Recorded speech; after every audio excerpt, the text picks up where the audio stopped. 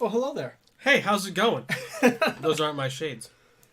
Welcome to episode 26 of the Abstract Sports Podcast, where we bring sports back to life from an abstract yet an actually popular angle. Sports CPR.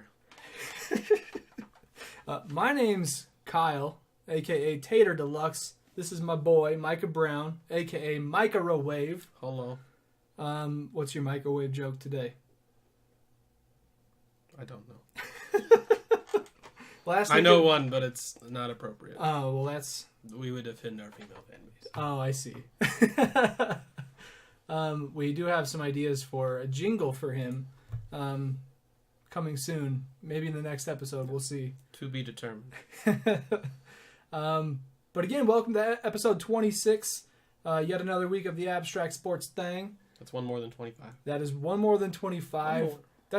We're past the quarter century mark of the episode thing. Closer to 50 than you are 0. Oh, but I'm really excited about it. This thing keeps growing. Last week we had a very successful turnout, people coming into the chat and nice. Having a good conversation about a very important topic going on in sports today, which we will be expanding on today with the given events that have happened in the last week. You dropped my fake book on the ground that I wasn't reading. So to start off, we're going to do some prelude things like usual. I want to talk about some things we did over the weekend, but also bowling, of course. I mean, it's kind of lame. I'll do that really quick. But bowling, I bowled better, guys. My average this week was better than the first week. I bowled like a 160, a 140, and a 130. So I went like backwards, but I wasn't nearly as close to 100 as I was week one. Overall, you were better. Yes, overall I was better. But I won't be bowling this week, so I won't be talking about it next week. Oh, yeah. Because of some surprises we're going to be telling you about. I can't wait. I have something like poking my hand right now, and it hurts. Sorry. You got a splinter? I have a splinter. But over the weekend, we went to this game here in town. We talked about it in the last episode, but we went to what is called the Emotion Bowl. It's a game between Idaho Falls High School and Skyline High School here. My high school. His is Skyline.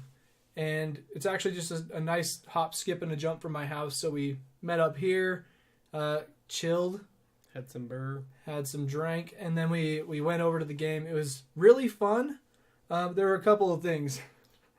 Well, I had a good time. I had a good time. Skyline won. Yeah, his team won, so he's happy. It was good. Yeah. It was great.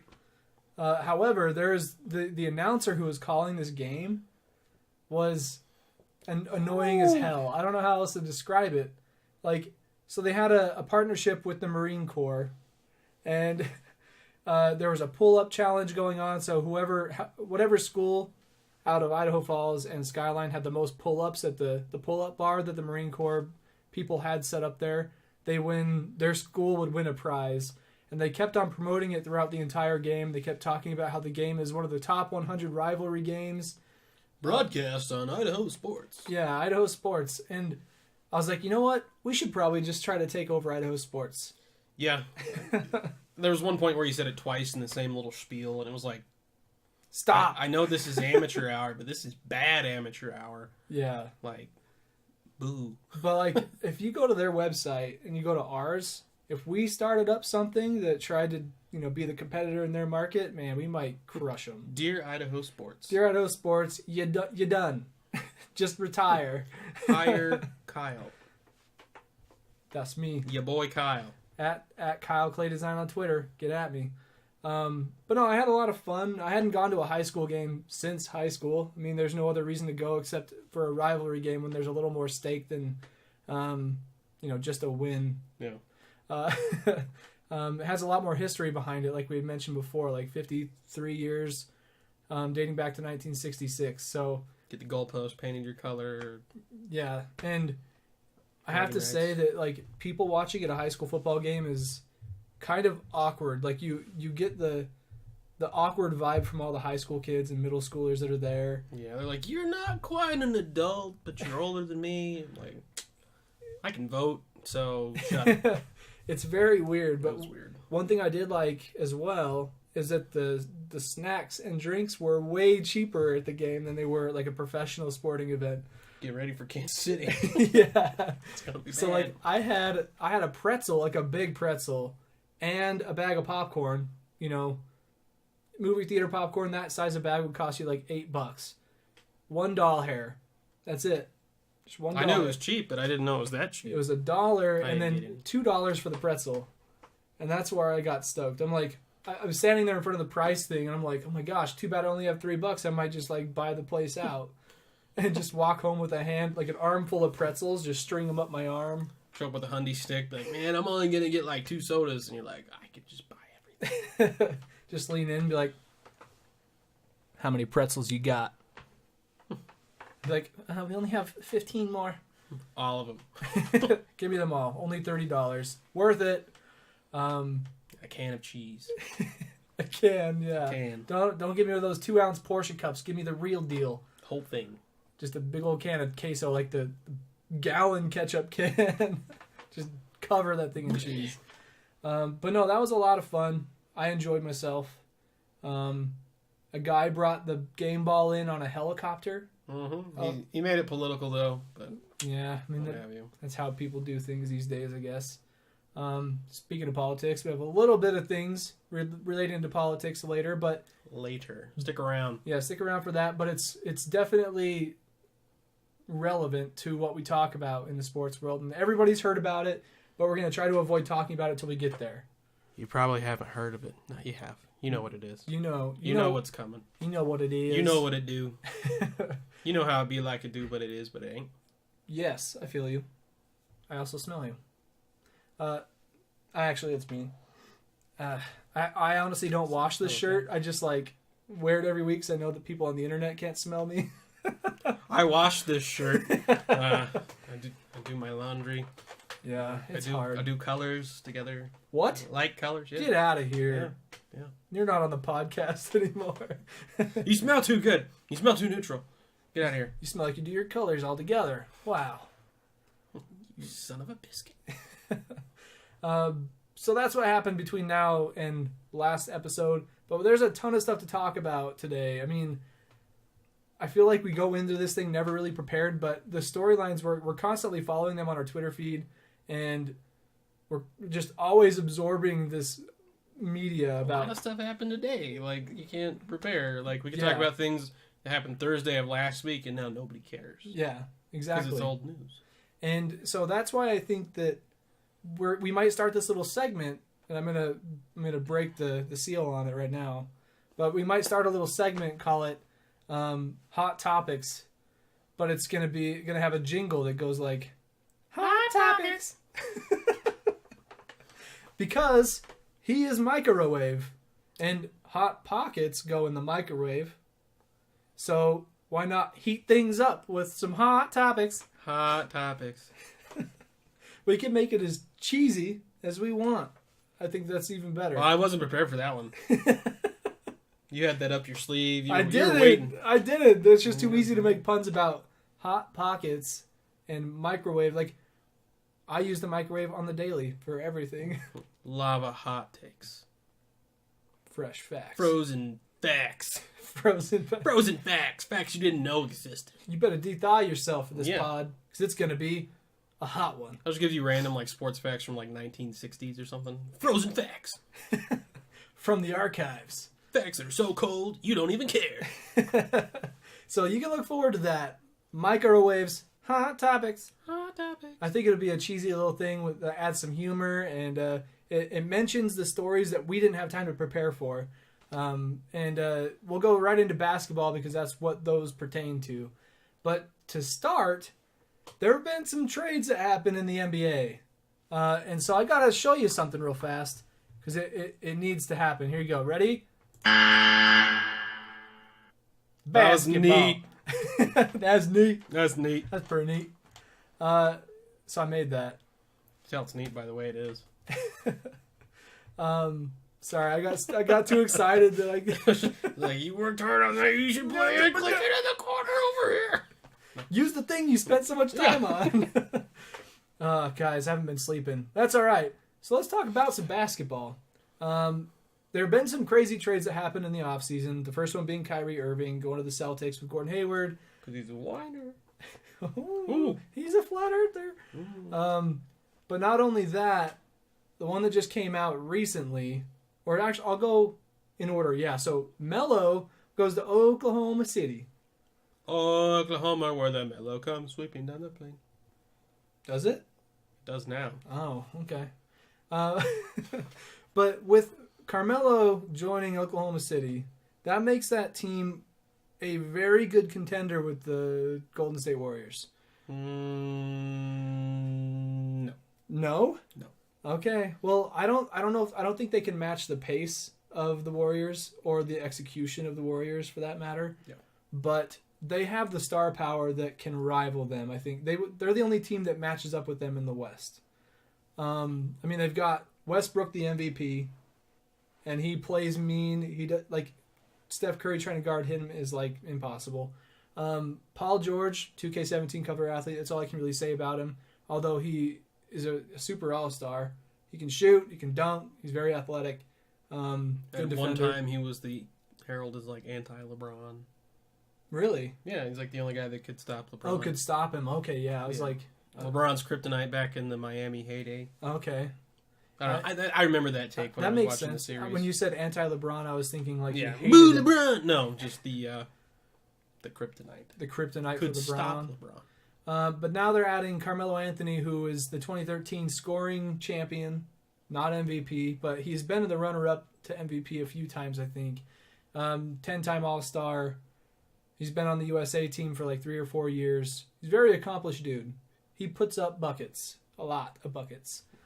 Random question. This isn't on the thing. This is for anybody to answer, including you, Kyle. Okay, I'm ready for it. Let's do it. So OKC's down by 1. 10 seconds to go. Who takes the final shot? See, that's the beauty of having so many good players on the team. I don't think it's Russell Westbrook, though. Do they get a shot off? Or they're like, no, it's you. I I don't want it. You. No, me. Oh, no, you. I feel like there's movie scenes about that. Yeah, the Mexican standoff.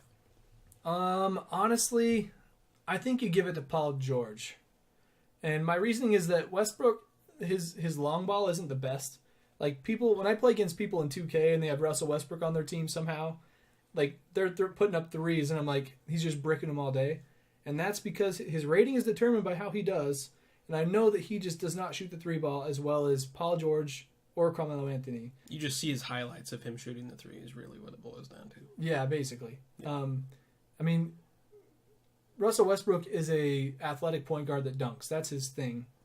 But obviously he's aggressive enough to get rebounds. He can get assists. Paul George is just a flat-out scorer, but Carmelo Anthony sort of is like the same exact thing as him. Just older. Like LeBron's age. Actually, he's A little fatter. a little chunkier. No junker. Let's be honest, though, he plays better in a hoodie.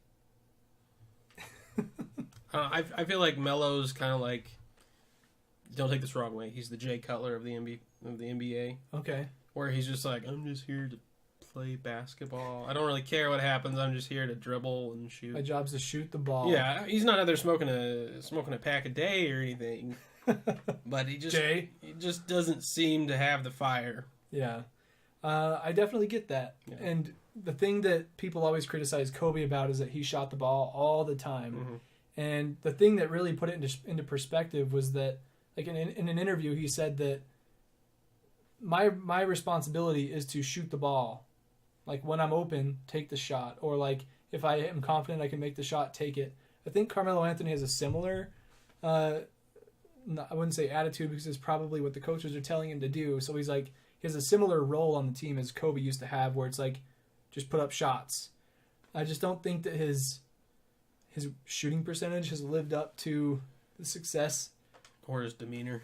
Yeah, he's just kind of coasting. Yeah. Like a Jay Cutler, like you mentioned. But needless to say, we're very excited about OKC. I mean, star pack team. So what do? We go and we buy tickets to the Oklahoma City Thunder in Salt Lake City. Kind of hell of a deal, but yeah.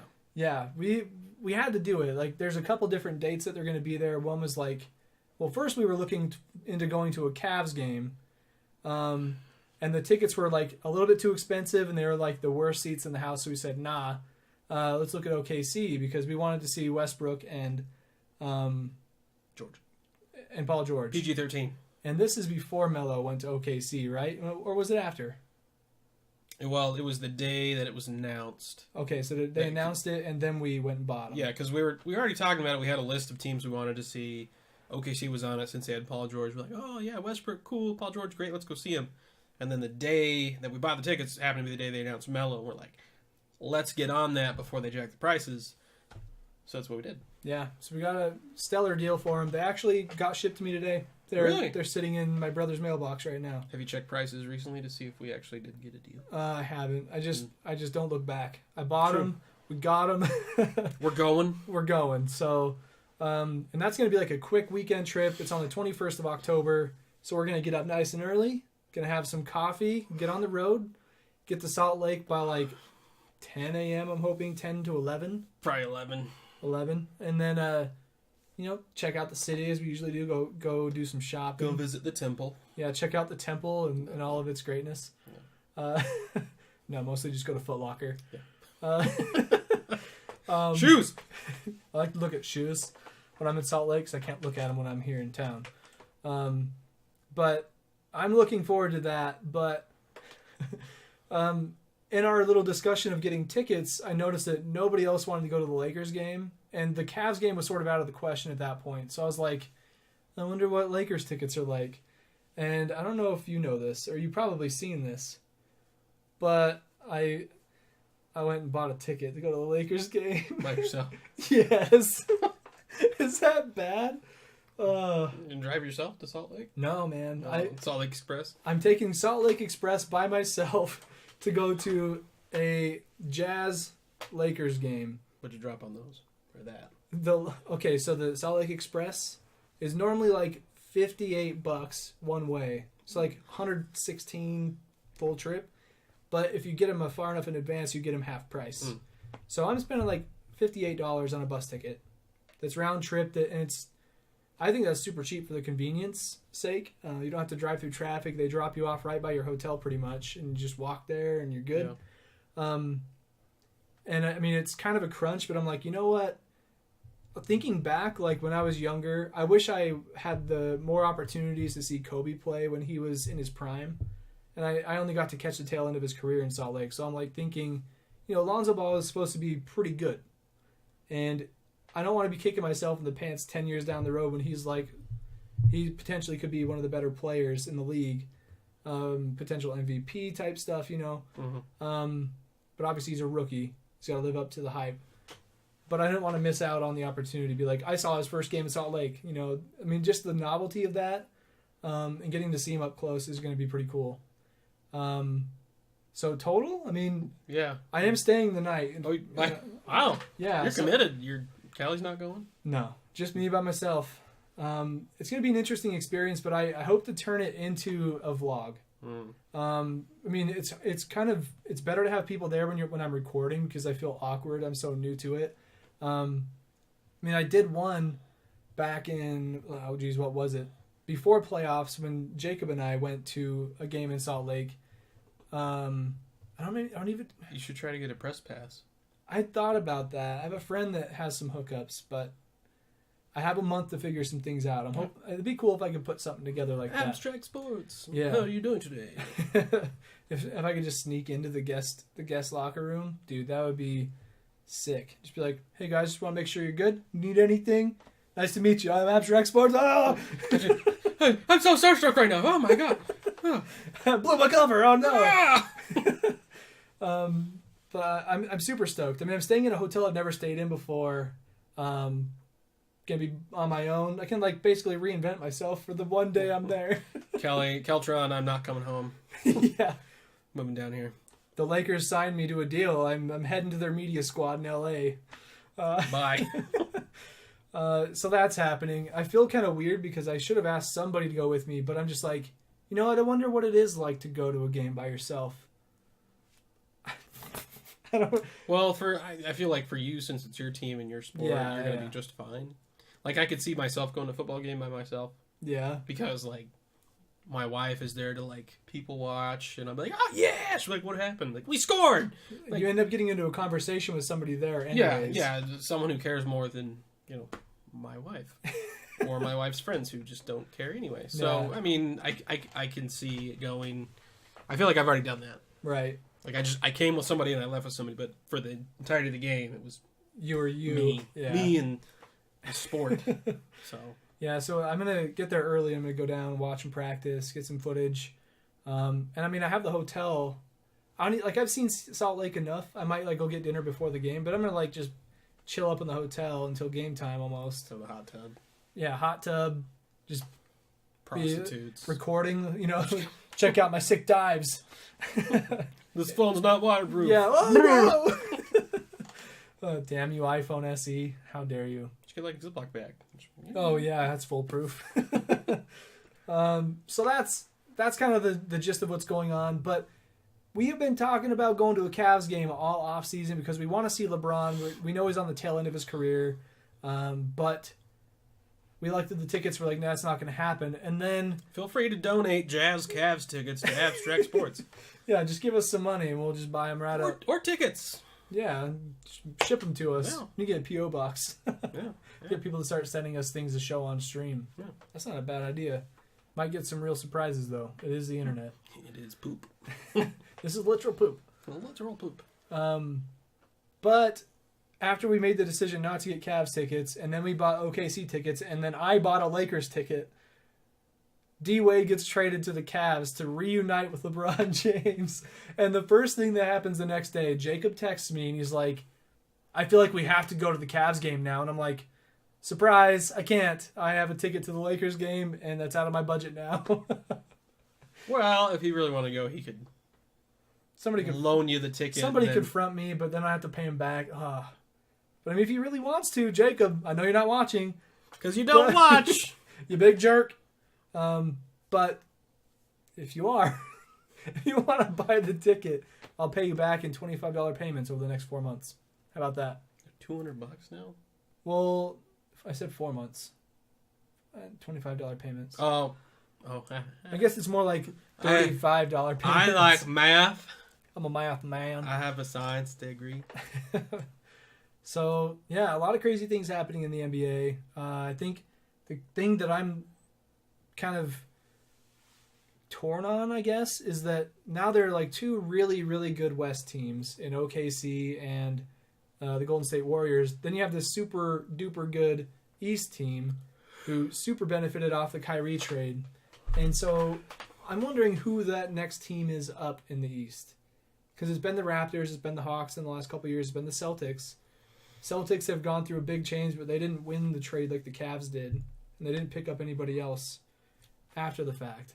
Cleveland, Toronto, Boston, Atlanta. Yeah. I think that's like Atlanta and Toronto have just been up there. I think that's a pretty good assumption. Yeah, they're not going to win it. The Celtics will probably drop a spot due to chemistry problems. I mean, I watched another interview with Gordon Hayward today, and he still just seems like he's just kind of there for the ride. I don't know. Charlie says, I've still got to go with Boston. Going with Boston, huh? I mean, I would love to see a Boston and Cleveland matchup with the swap that's happened in the offseason this year.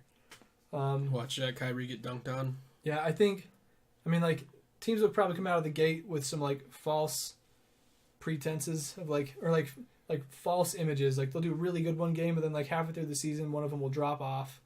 And then I think that's going to be the Celtics. And then they're going to be struggling to get back up to the 2 seed. Charlie says, Bulls? Bulls? No, I don't think so. The Timberwolves are looking pretty good. Yeah, Minnesota will beat Chicago. But Minnesota's in the West, right? Are they? Pretty sure. NBA conferences. I'm a football guy. Hey, Charles, how did your Cubs do? I guess I could use the internet for that, but I'm using the internet for this instead. West. Timberwolves, yeah. Yep, my bad. It's just a weird state to be in the West for, though. It's pretty Midwest. Cubs are still winning. Nice. Boo!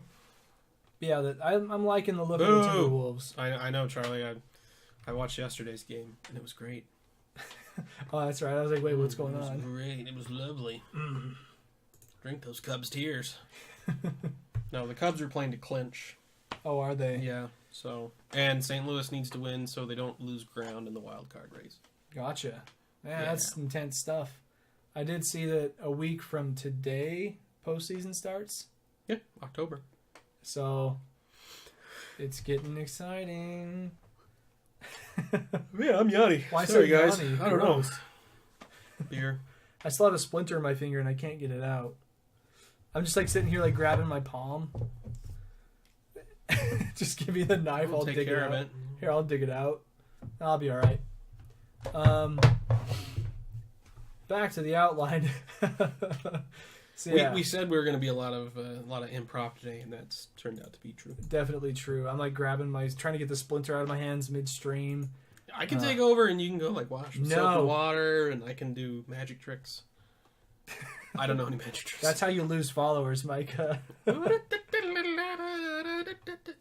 Just Charlie, would you turn us off if I did magic tricks for 2 minutes? Yeah, you gotta answer that. I Yeah. think that's a good question. Yeah. It's good to know our limits, you know. Yeah. In a way, magic is an abstract sport. Yes, I would say. Charlie said no, he'd love it. Well, Charlie's weird though. Just kidding. Whoa. Just kidding, Charles. I love you, man. No, I'm totally kidding. I love magic. Like the guy at the bar here in town that does the magic tricks. Every time I'm like, I don't know the guy. you don't? No. Well, we're gonna I've have only to been go back find like him. 2 months. Oh, that's right. Yeah. We'll have to go find him Yeah. and have him do some tricks for you. See, that's how you lose followers. You call them Tell people weird. they're weird. Well, y'all know I'm weird too. You know that's not an insult. Love you, Charles. But I do appreciate some good magic. I mean, our boy Cody can do some magic. That boy's just good at everything. Yeah, he is. He's a savant. So some news that also broke today, that, you know, sort of along with the D Wade thing of him signing his deal, which I think actually happened late yesterday. I don't know which, but can you believe he's only taking $2.3 million? By the way. Well, that's what he's taken from the Cavs. Yeah. LeBron's probably like, hey, what if I buy you a house in Cleveland? So, Yeah, I got you. Yeah. Just you can live next to me. You can just move in with me. How about that? Don't even have to pay rent. There's all these rules and not paying your teammates and stuff. But Venmo. Everybody uses Venmo. I just wanted to give Dwyane a $2.4 million gift Yeah, it's a every gift. 2 weeks. Like, nothing they can do about it. Or LA when they leave together. Yeah. I mean, I think Wade retires. after this year. Yeah. I think he's going to try to ride it out as long as he can. If they're super successful this year at the Cavs, I think he'll probably stay for at least another year. But I think it's kind of hard telling with that guy. I thought he was done a couple of years ago, but he still keeps moving. So I would love to see LeBron and D Wade in LA. I mean, they do have Lonzo at the point, D Wade at the 2, LeBron at the 3 or 4, whatever. He can play whatever he wants, honestly. So LeBron at the 1, Ball at the 1 and a half. Yeah. Charlie says his knees were done a couple of years ago. But-a-da. But-a-ba. Yeah, so I think Wade retires, especially if Cleveland wins a championship, which they won't. He'd be done. Hot take. Hot take. Hot topics. So anyway, some other news that broke. I keep on trying to transition to the next thing, and I get distracted by another thing I heard of. But in the NCAA basketball world, Rick Pitino, coach of the Louisville Cardinals. Louisville Cardinals? Is that right? Yeah. The Lowell Cardinals. Lowell. Also, the athletic director are allegedly on the way out due to a scandal. Apparently, Pitino was taking bribes. No. No? That's what I thought. An assistant coach was. Oh, and he was like not paying, like pretending not to look. Pretty much just like the other scandals he's been involved in. This is kind of strike 3 is why he's gonna lose his job. So it was the whole scandal was like there was 5 assistants at various universities: Auburn, Arizona, Oklahoma State, Louisville, and some other one. And the assistants were taking the bribes. And the bribes were to influence high school recruits to come to their school. Yeah, from one was from Adidas, so to influence the future star to go to the Adidas school and then eventually sign with Adidas. Charlie just said prostitutes, strippers, and corruption. The Louisville story on 30 for 30 in 2 years. Yeah. I saw a clever name for the 30 for 30 on a forum. I'll have to look that up. It was pretty funny. Yeah, no, there's gonna be a documentary about it, I'm sure. Wasn't that is the prostitutes and stuff? Wasn't that actually one of the ones in the past? Yeah, that's one of like the 3 things he's been in trouble for. Is he just kind of turned a blind eye to? It was like, what'd they call it? Pay for sex or something. Yeah. Sex for pay or sex for play. Yeah, sex for play. Something weird. Yeah, they got their players and recruits prostitutes, and Pitino was like, "Oh, I didn't know that was happening," and then the NCAA investigation was like, "You knew." Wow. You just didn't stop it. You didn't do it, but you didn't stop it. Right. And so they slapped him on the wrist with some postseason bans, and they came back, and now this happens. Here they are again. So, well, that could be the fall of a pretty good team. Yeah. In NCAA basketball. But the good news is that Pitino can stop moonlighting as a vampire and go back to being a vampire 24/7 because he's a vampire. He's kind of creepy. Yeah, he's a vampire. he's a vampire-looking guy. Yeah, next time you see a picture of Rick Pitino, you're gonna be like, yeah, he's a vampire. But also some other news in NCAA basketball. Catch up, Whoa, dang! No, I mean I see it. Like I look at him, like he's got something about him. I don't know what it is. Yeah, he's Dracula. He's just Dracula. No wonder why he's got tinted windows that are so black. The sun can't penetrate the inside of his car. Yeah, you can't kill the Louisville Cardinal basketball career. It's already dead. But in more basketball news, I mean, this is sort of, it's not really new news, but we just haven't really talked about it. But the Vandals in the Big Sky for basketball next year. Is that what it was? Yes. They're in the Big Sky now. Currently, the Big Sky tournament is in Reno, Nevada. Yeah, that's right. That's where it was. And if you've ever watched a Big Sky tournament game, it's less than exciting, especially if it's not your team. It's just no one's in the arena besides the other team and like some parents. Yeah, you can hear the ball bouncing on the floor. So starting next year, so that would be the 2019 tournament because it's in the spring. Yeah, that's right. The Big Sky tournament will be in Boise, which is huge. The big thing about that is, I mean, obviously the University of Idaho is in Idaho, and Boise's just about in the middle of the state, and it's the most depending on how you cut it. Yes, it's the most populated city in the state, and also it is the biggest alumni base for the University of Idaho Vandals. We have over like 100,000 Vandals that live in Boise, I think. Or I don't know if that's true. Dang it, I should probably fact check that. That might be a gross over. There's a bunch. Yeah, there's a lot. I'm not sure there's 100K. I think we have over 100,000 graduates, I think is what the thing is. But I don't know. There's a very large percentage of them that live in Boise. And so that means it's basically home court advantage for us. So it'll be really exciting to see an arena, which it would be Taco Bell Arena, right, in Boise? No, they play at either CenturyLink or Idaho. Okay. Well, man, I'm all over the place today. I can't get anything right. That's why I have you, old buddy, to save me. And this is basketball, Kyle. Come on. Well, it's college basketball. Lakers. I don't follow college sports all that much, but I mean, Lakers. At least I know Taco Bell is a thing in Boise. Lakers. Yes, just keep saying that, and then Lakers. Get some fans going here. But no, so I mean, I'm super stoked about that because that means we could probably travel to that and for sure. be a part of the festivities, and where it's like it's not over a long span of time. If we wanted to take some time off work, we could be like, hey, we're hanging out in Boise for a few days. Take a Thursday, Friday, and go watch 10 basketball games. Yeah, that's pretty freaking cool. I mean, I imagine they'd have some sort of pass where you can just like enter any game you want for the tournament. You buy a pass and you go whatever. Yeah. So, and we're already going to Boise for a few games, weather pending this year, or a game. Yeah. Yeah, they play one game in Boise. And then next year they play in Pocatello. Yes. Well, they play in Pocatello this year too. Well, in February. Oh, okay, that's the one I'm thinking of. Because they're already in the Big Sky, so they already played the Big Sky teams. Mm-hmm. They'll play the ISU Bengals like February 22nd. So. Sounds like you know what you're talking about. I'll believe you. I need live sports in my life. So I mean, that's even closer. I mean, Boise's like a Boise's a day trip. You can go to Pocatello for the evening if you wanted to. yeah, and come back, and see a different restaurant than what you're used to. Yeah. Check Red out a different Lobster. brewery. Yeah, there's a Red Lobster The there. Applebee's of seafood. It's great seafood. That's pretty much all I have for college basketball. Do you have anything else you wanted to add? It's on the horizon, but that's a long horizon. It's dawn. Quick, 2 words. What, college basketball? Or... Coming soon.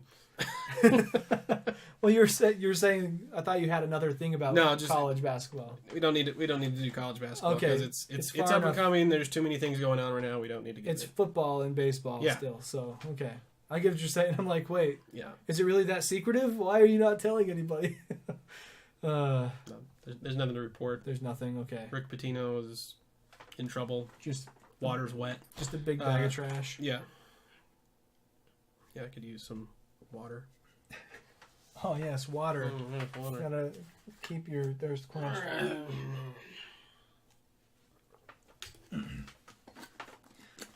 So that does it for basketball. Moving on to the next best thing, and when I say next best, I mean the least best. Baseball. Whoa! Dang, that's pretty neat. It's pretty professional looking. But yeah, so baseball, it's almost postseason. It's 1 week away from that time of year. I know the Charlie, the Jedi, in the chat here on Twitch. I know he's a big Cubs fan. He's rooting for them to win against the Cardinals tonight. They're trying to clinch a spot, and I know the division. They're going to get in. They're already in, but they're going for seeding at this point. So that's got to be pretty exciting for Cubs fans to watch. But we are also going to be going to a game in Kansas City this weekend. I don't know which game, but either way, it's going to be against the Arizona Diamondbacks. And last I saw, they had actually clinched the spot. I don't know if they clinched a wild card. So let's check that out real quick on the MLB. Yeah, Arizona clinched a wild card, and then it was Milwaukee, St. Louis, and Colorado. Let's see here. St. Louis being the odd man out. I guess St. Louis and Milwaukee. Let's see, where is it at? So yeah, Cubs are 88 and 69 right now. Yeah. Arizona is... Yeah, they're going to be in the second slot going into postseason in the West. No, the NL West. First wild card. NL West, they'll be the first wild card. Yeah. So, man, for that good of a record, too. I mean, only 8 wins off of a Hundy stick. And well, can thank LA for that.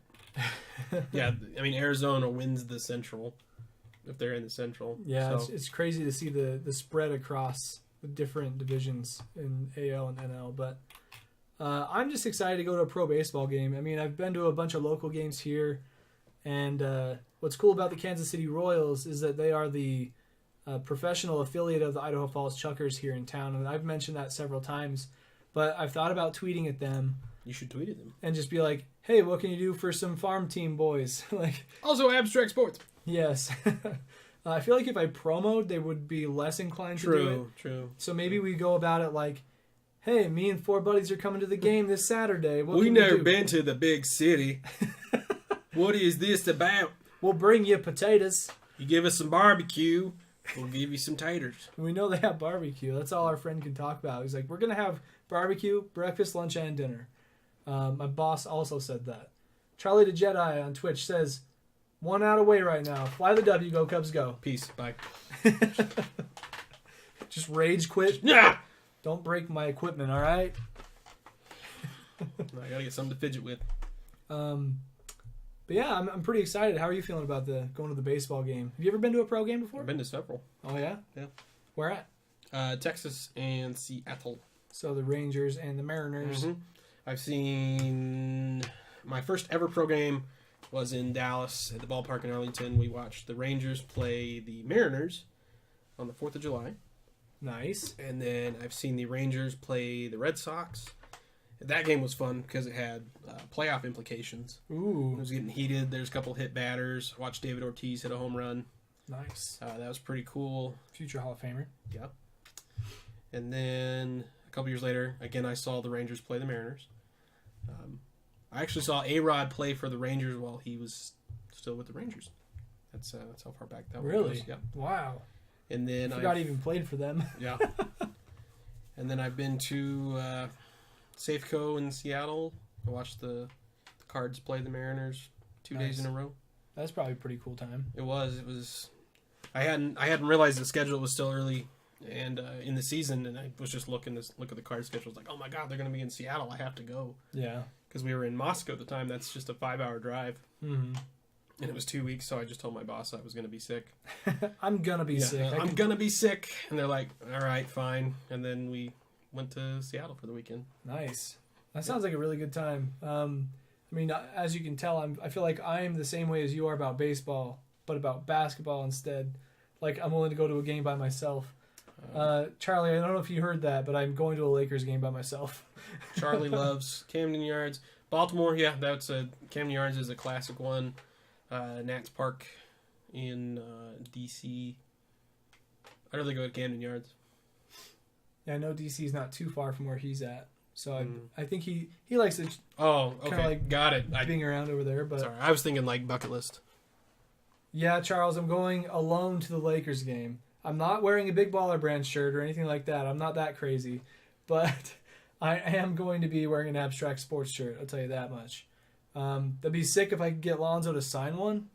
Maybe I'll punch a kid to get ahead of him so I can get his autograph. Sorry, just back to the mic. That's all right. I listened back, and when the mic looks like it's getting blown out, it actually it maxes out at decibels, and it sounds fine. Yeah, I'll have to punch a few kids for Lonzo. I think there's a lot of teens out there that are like, oh my gosh, I want to be like your little brother. Who's like 15 and this. You got to get more airtime for this family. I can't stop, man. It doesn't help that they're related to the Lakers in a way. So I end up talking about it, and then it just snowballs from there. They play for Phoenix, and you don't care. But no, what I usually do, I have a big Lakers flag that I try to get signed by anybody I can. And the idea is to try and fill up the entire flag, because I think that becomes a novelty item to the players to want to sign it, because they're like, I wonder who else is on this thing. And I've got it sort of documented. Not really anybody big, though, which kind of sucks. Obviously, Kobe's really, really hard to get an autograph from. And he doesn't come out early, like for the shoot around at the beginning. He shoots like 3 hours earlier in the day.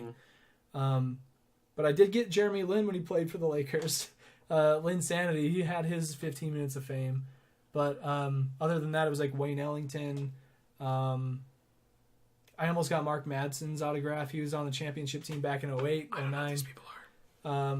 But anyways, I just like drape a flag over the edge, and I hope that somebody signs it. So I just like keep my eye on it. I need to find like a string. Sharpie on a string. Yeah, I do need to do that. Just like dangle it down there, and on their way into the tunnel, away from everybody else, they can just be like, "Oh, hey." I think that would be super cool. Better than your autograph and pencil. Yes, I do have an autograph and pencil of John Wall. One of the best players in the league right now. He was an MVP candidate, like his second or third year in the league. Super fast guy. I like his game. Plus, he's kind of angsty. It blows your mind how fast he is. Like, he looks fast on TV, and then when we saw him play, it was like, yeah, we did. Good Lord, he's quick. We did see the Washington Wizards play in Portland one year. They lost. Yes. But I did get John Wall's autograph and pencil, and it's still just chilling right back here behind us.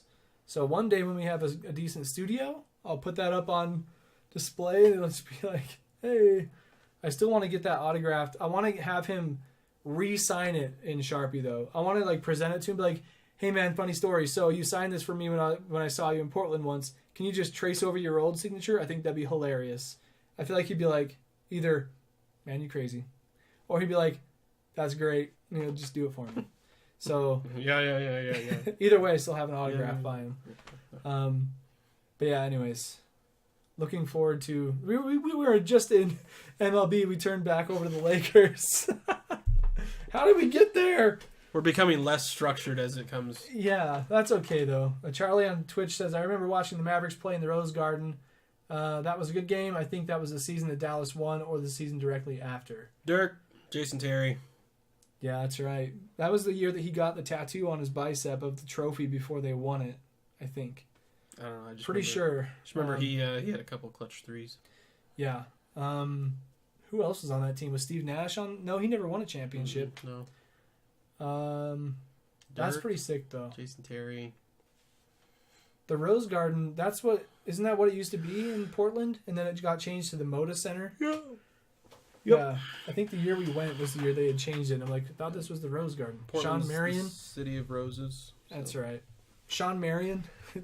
This guy has that, like, release that comes from, like, right here when he shoots a three-pointer. It is the strangest thing to watch.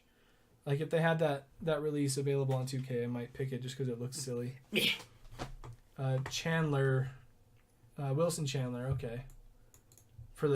At center for the Mavericks. Yeah, that was a good Dallas team. They were sort of like just like the perfect combination because it only happened. They only got one championship there, and then it was like on either side of that championship the year before and after. They weren't really. It came together at the right time. And yeah, if I remember right, anyway. LeBron was the bad guy and didn't know how to handle it. So. Yep. Yeah, so baseball, Kansas City. I'm going to try to put together a vlog for the Kansas City trip as well. I mean, it's going to be my first time ever flying. I was about to say that. So I'm going to have my wife help me pack my bags. I don't know what I can have in there and how much of what. Charlie on Twitch says, just enough experience, but not quite too old. Yeah, that's pretty much what it is. And Dirk's still going strong. I like that guy. He's going. He's going. He still puts up points. He broke True. a big milestone last year. True. But yeah, we're flying. First time ever. Gonna have a lot of barbecue food. Go to a baseball game. Shenanigans. And Cloverhook, who was in here last week, I might get to meet up with that guy.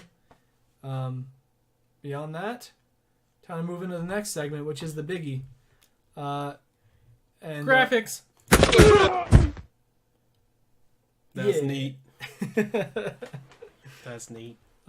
So moving on to a little bit of NFL action. So I feel like we're going through this podcast way faster than the other ones.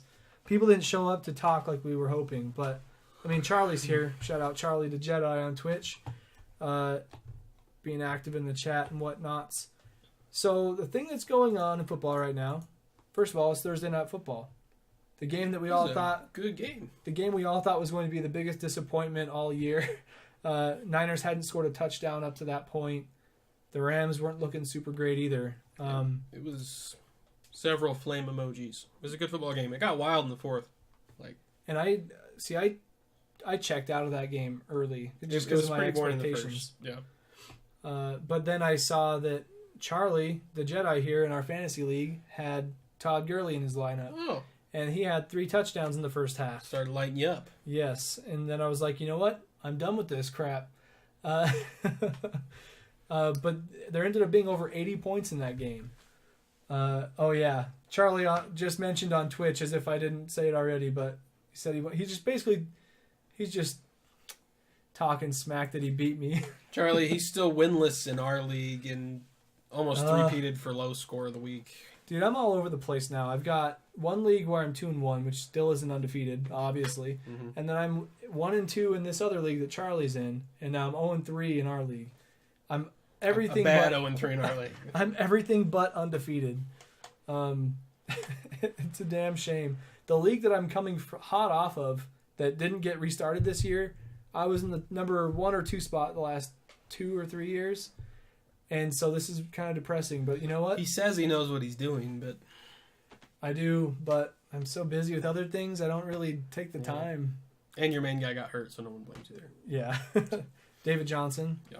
And then Tarek Cohen isn't paying off like I was hoping. Charlie, your Bears need to step it up. But what other games kind of stood out to you? Ooh, the Titans game. Ooh. That's right, the Titans fan over here. here. The gooey goodness of destroying Seattle. Oh. Ooh, it was good. It was fun to watch. Not even as a Titans fan, just as... It was a good football game. Yeah. It was a good football game. It's always fun to watch Richard Sherman oh my gosh. just get belittled. He was such a crybaby that entire game. If you check out my Twitter, I've liked and retweeted several of the videos involving him getting, I don't know, embarrassed, I guess. So yeah, he's clearly scared in one of them. Yeah, I think ever since the point in the Super Bowl when they lost to the Patriots because of the interception, he's kind of had a temper tantrum. I do appreciate his off the field stuff with Players Tribune. He does this one thing like once a week where he kind of talks about the status of things in the league and how he kind of deals with that as a player. And I can appreciate that stuff. It helps you understand them a little bit more.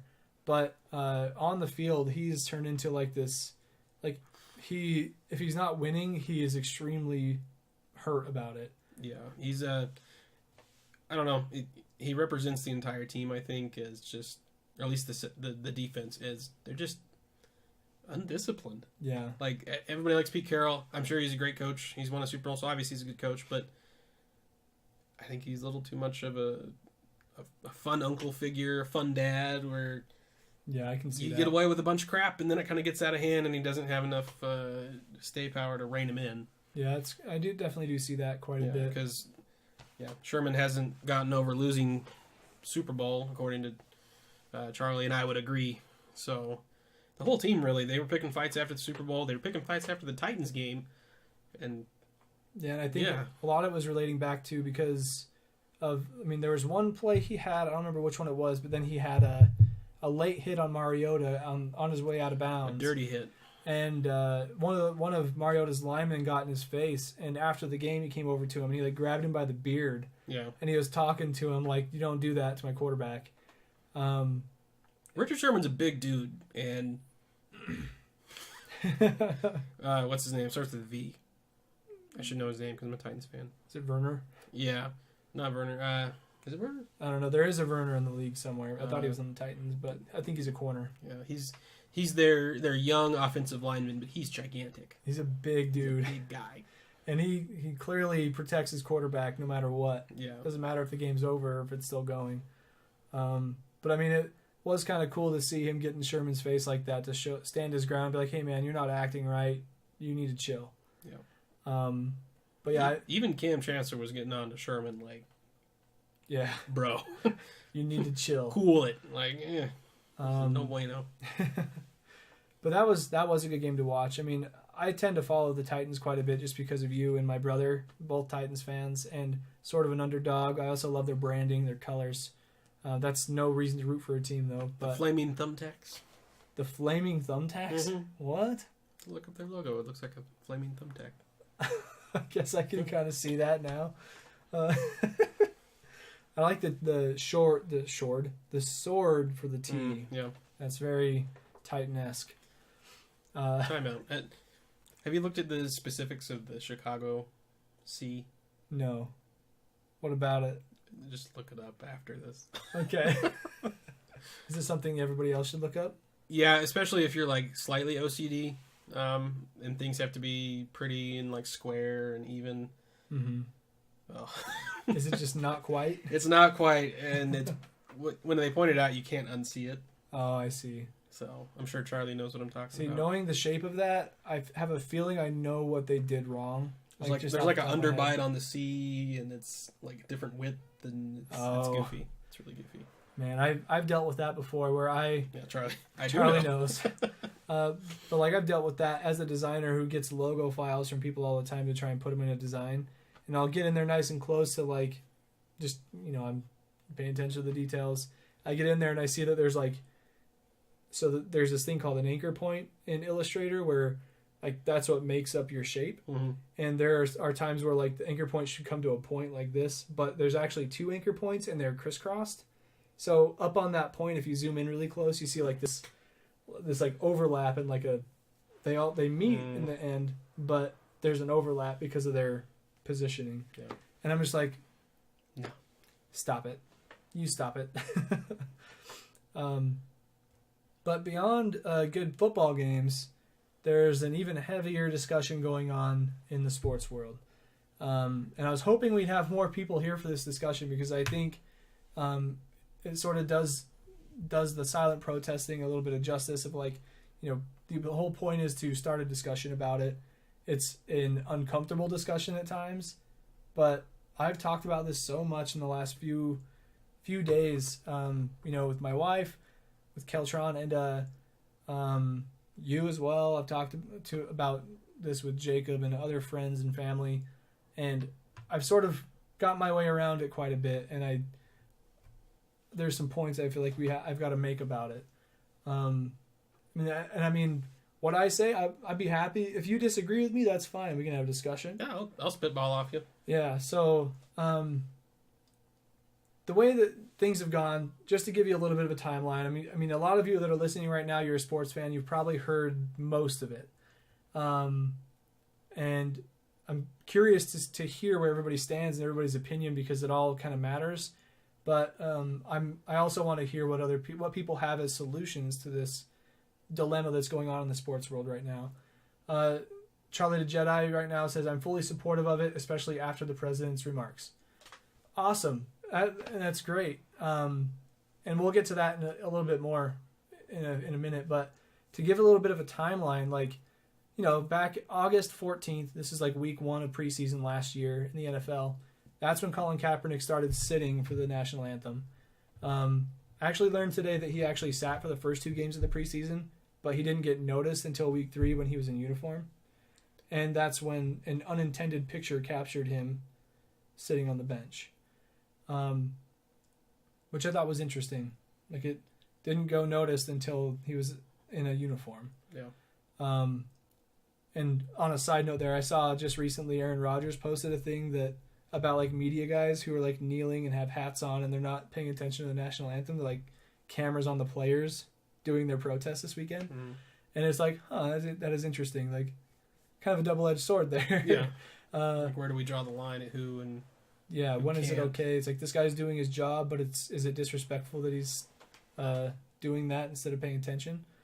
But that's getting a little ahead of ourselves, I guess. But so anyways, he starts protesting back in August of last year. Some other players sort of jumped in with him, and they agree with him. And initially, it was a silent protest backing the Black Lives Matter movement, which that's a whole other can of worms, really. Like, there's another division about that was going on, some violence involved, but this is like a silent approach to it, and basically he was using his platform as a sports icon. I mean, he was a benched quarterback. He's not like the best quarterback at that time. Yeah. But he was using his platform, and he was also using the center stage of the national anthem to get his message out there, which I think, if you're from a marketing perspective, was a very smart idea. But obviously he stepped on some toes of people who just saw it as a disrespect to the military. And that's pretty much what the other side of that protest has been, is you get people who are, supportive of the cause and like wanting to protest with him, and they're doing it in peaceful ways. And then you see the people on the other side just saying that it's a disrespect to the military, but in reality, the flag means a lot of different things to many different people. It doesn't just stand for the military. It stands for freedom and everything in the Constitution that it is, including the First Amendment rights of free speech. Well, this country was built on a protest. Yeah. And that's what started it all. And so when I saw, like, last episode, I mentioned that the first article of Abstract Sports was about Colin Kaepernick taking a stand, which is sort of a play on words, for civil rights. And when I saw that, like, I mean, I maybe there's some bias involved because I'm a sports fan, and I lean towards the athletes because I respect them as idols, and I know they do a lot for their communities. But the thing that gets me is that kneeling for the national anthem or sitting to support a cause that you want to raise awareness for, I think is like probably even more patriotic than the other side, because the other side meaning like disrespecting the military, because that's not the intent of the protest. So, I mean, him exercising his First Amendment rights, I feel like it's obviously legal. Mm-hmm. The only thing that could stop him from doing that is if his team came out with a rule saying that you'll be fired if you do this, because they're a private corporation, they can do that. And then maybe at that point, maybe he's willing to give up his job because he's standing for what he believes in. And Charlie here says on Twitch, I think, funnily enough, Michael Bennett's recent run-in with the police is a fantastic example of why they take a knee. Yeah, and I think that kind of helped spark the discussion even more recently. There was various pods of players who were taking knees or sitting or not, hand over heart, the whole time for different reasons. And then Trump opened his mouth and said what he said, and then everybody's kneeling. And they're not... Now the big protest isn't focused on like police brutality or... Right. The like Michael it initially Benning, was. Yeah, like it initially was. Now it's like they're protesting Trump. Yeah, they're protesting his remarks of being sons of bitches for exercising their First Amendment right by kneeling for the national anthem. Yeah. And the thing that really rustles my jimmies about that one is that he says it's disrespectful to the military. And this is me being unneutral here, but come on, you gotta look at the cards, man. Like, this is coming from a guy who said that John McCain was a loser for getting captured in Vietnam. And he was a prisoner of war for 5 years. And he didn't want to come home until all the other troops were heading home. Something, I don't know how that worked, but... Hot take. Hot topic. Micah's hot topic, or hot take on Trump is that he's unfit. Yes. So we are more intelligent than Trump tenfold. Like I feel like, I don't know. I'm just, in general, we're friendlier people and we can understand people. And I feel like we could talk to people better than he can. Yeah. Charlie said, Trump has tweeted advocating burning the flag as well. Yeah. Yeah, he said before that was a peaceful protest. And now it's like, I don't know, there's that other discussion of when is the right time to protest, because you have the Black Lives Matter movement where they were doing like actual in the streets, picketing, protesting. Violence ensued, and that's unfortunate, but it's probably because of people who were outside the movement. I mean, you don't really know. It's kind of hard to tell. Yeah. But then you have a player kneeling silently, and that's still not okay. He's just Sam Grizzle. I voted for Trump. He's an embarrassment. Yeah. I would have voted for Trump too. I didn't vote. Sorry. Get at me. Don't at me. Don't at me. No, I probably would have too. I would have voted for Trump. I mean, it was really a race between a douche and a turd sandwich. I mean, had everybody written in Spider-Man just to see who we got, maybe something would have changed. Or Harambe. I did see some votes for Harambe. Yeah. So I mean, it was a sad time in the nation, and it's just gotten sadder. But yeah, and I mean, I don't want to draw out the discussion that far, but. Yeah. But there's so many different angles looking at it too, and I think kind of I don't know if it's a funny point to be made, or if it just kind of sums up the whole Trump relationship to the NFL. I don't think he gets it. No, I think he still thinks they're kneeling to protest the flag. Yeah, even though anybody could be like, "No, it's you, jackass!" Like, do you know what you said? Yeah. Do you know what you said? Do you know you? It's not hard to connect the dots. Like, you said this, now they're all kneeling. It's you. It's not the flag. It's not the anthem. It's not just about protesting. It's you. There's a message that goes with that. Like, yeah. I mean, to take it back a couple steps, so I mean, there's the Colin Kaepernick thing, and then a whole year goes by. Golden State Warriors win the championship, and then comes time for the Warriors to go to the White House. And Charlie says, decades ago, he was turned down from owning the Buffalo Bills, too. I think he has a better relationship with the NFL. Oh, yeah. He holds grudges. Yeah, that's for sure. I mean, he's a businessman. He probably is still effed up about that. He's a businessman. He never wanted for anything in his life. He got his start by taking out $1 million loan from his dad. He's always been a rich kid. Always got what he wanted. Several bankruptcies. He's a character. He probably holds grudges. Anyway, so I mean, it comes time for the Warriors to get him. I mean, the invite was out on the table for them to come to the White House, and they were discussing it as an organization if they wanted to go or not because of the things that the president has represented, or basically they don't feel like they're represented in the White House, and so they wanted to make a statement by not going. And on the jump with Rachel Nichols and Paul Pierce, they asked him about how he felt about that, and they precursed that with saying that Kevin Durant's already made it very clear he wasn't going to go or didn't want to go. And then Steph Curry's like, well, if it was my own decision, I know we have to make a team decision a little bit later this week. He's like, I think we're actually meeting tomorrow. But if I had to say, I'd say, no, I don't want to go. I just feel like I'm not represented. And that's the gist of what he said. And then at 5 a.m. the next day, Trump comes out and tweets and he says, Stephen Curry is hesitating, and it's an honor. It's an honor and a privilege to come to the White House to respect what it represents. And Stephen Curry is hesitating, therefore invitation withdrawn. And I loved LeBron's description of that. It's basically like, I don't know if I'm going to make it to the party. And then the person who's throwing the party finds out, and they're like, you know what? Invitation withdrawn. You're not coming. You can't come anymore. It's like, I just didn't want to go anyways.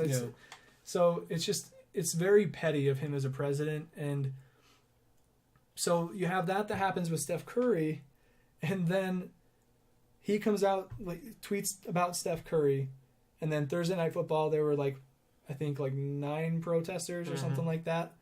And he says that they're sons of bitches, and he goes out in front of an Alabama crowd, was it? Yeah, it was some sort of get-together rally thing they were doing. It's a presidential rally for his next campaign, which is...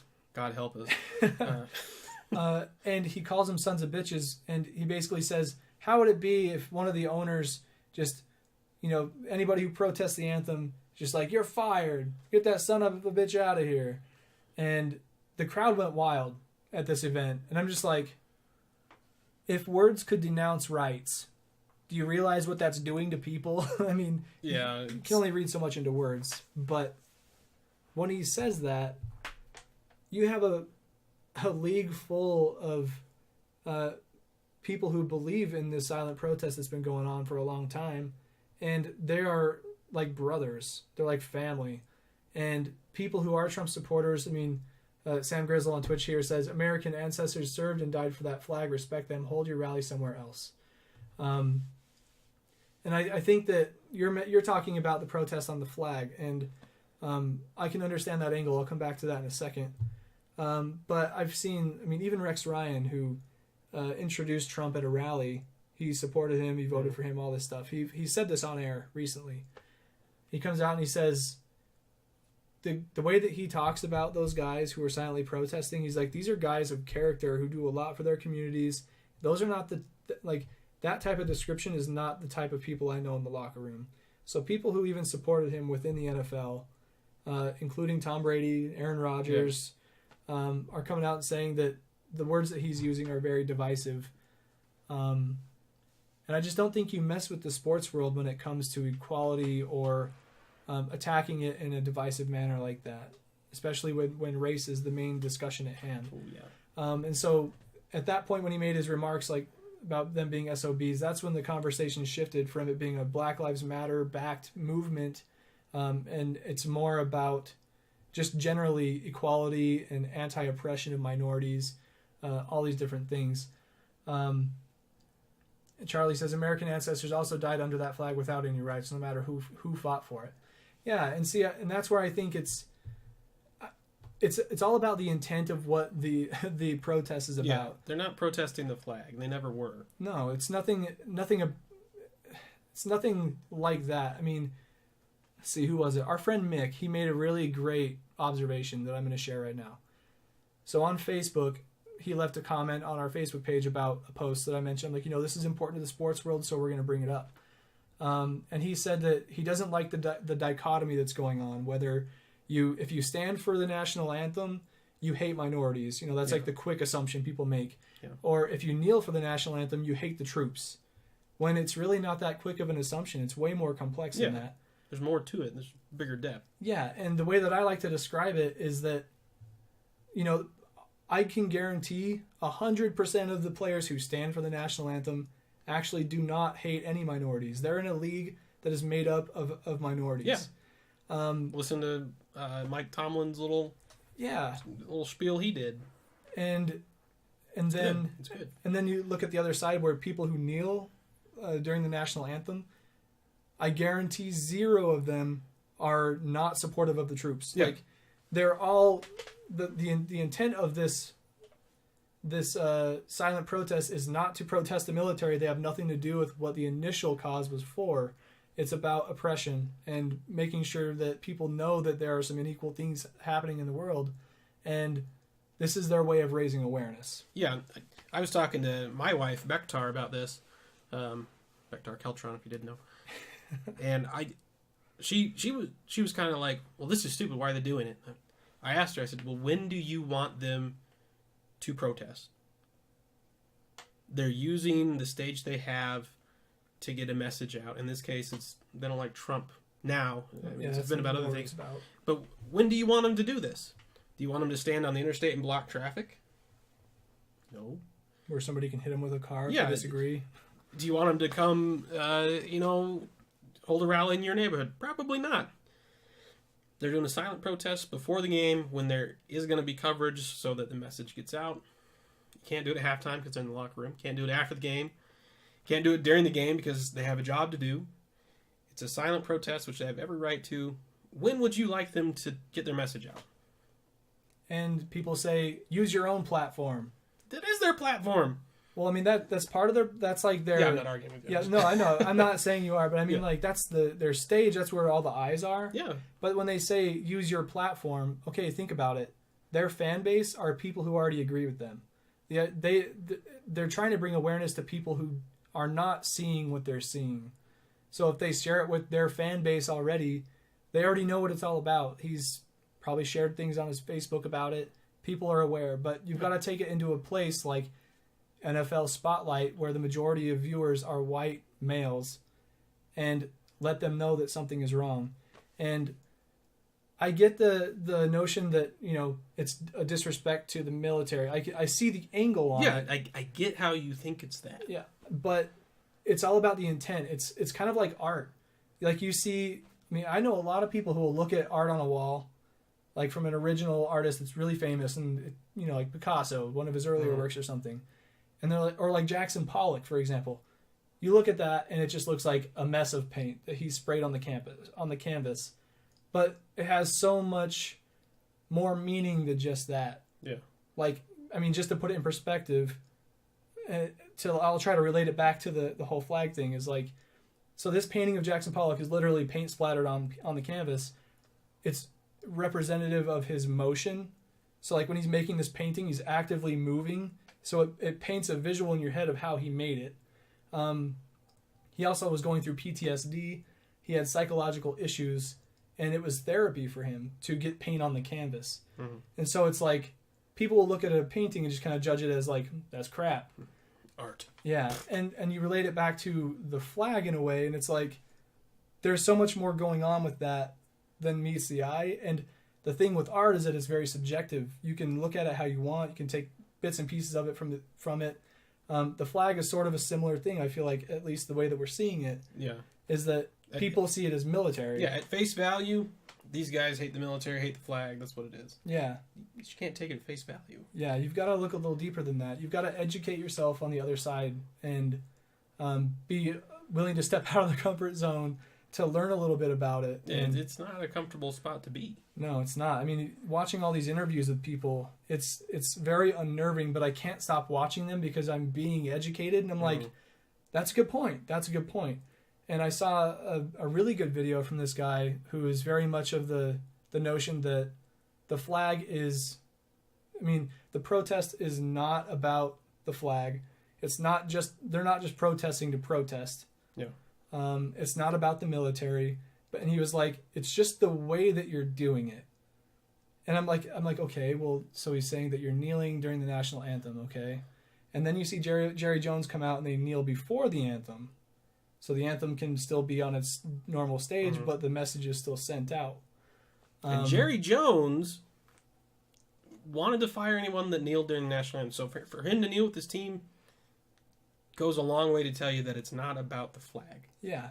It's not about the flag. It's not about the troops.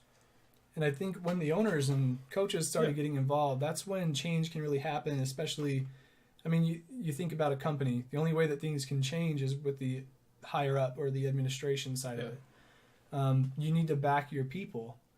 And so I think that's a good step in the right direction.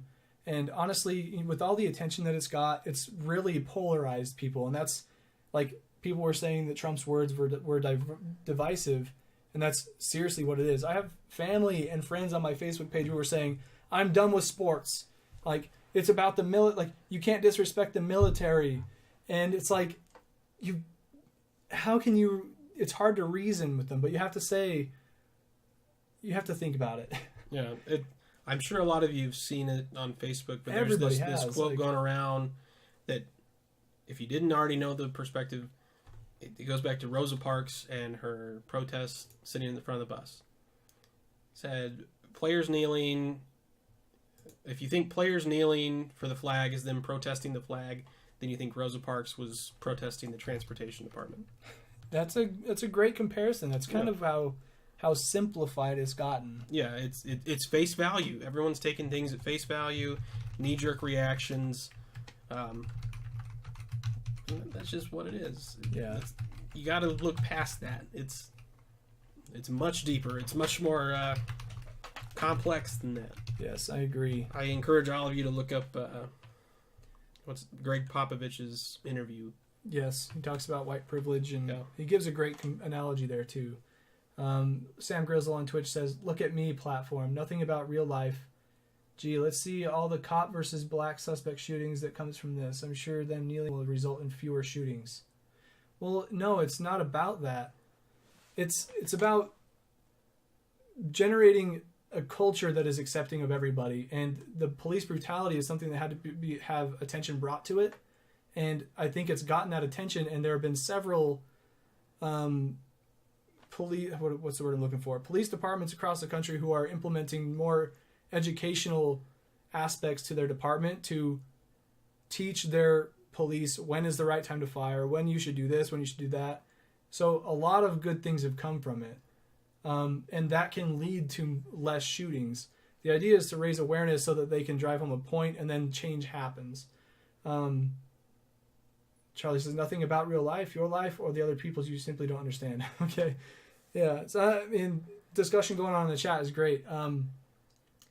But the way I see it is that it's generated so much awareness and it's polarized people one way or the other. There's really, it's kind of hard to reason with people when they're set in their way. Yeah. I mean, the best thing you can do is listen and try to understand them, put yourself in their shoes.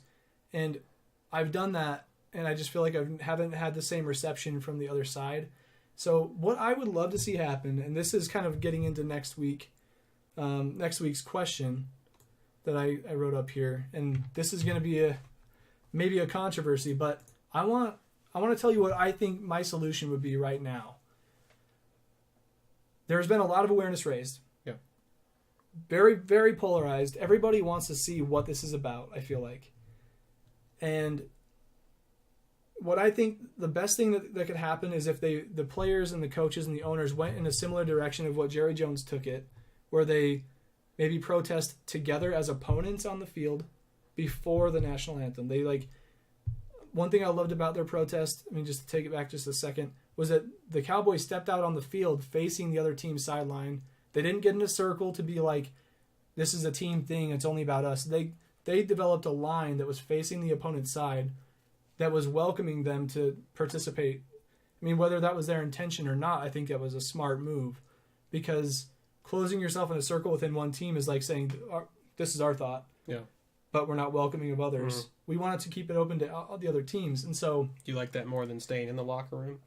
I like that more than staying in the locker room, because staying in the locker room, I mean, the whole point of doing the national anthem with the players on the field is that it shows patriotism. Yeah, true.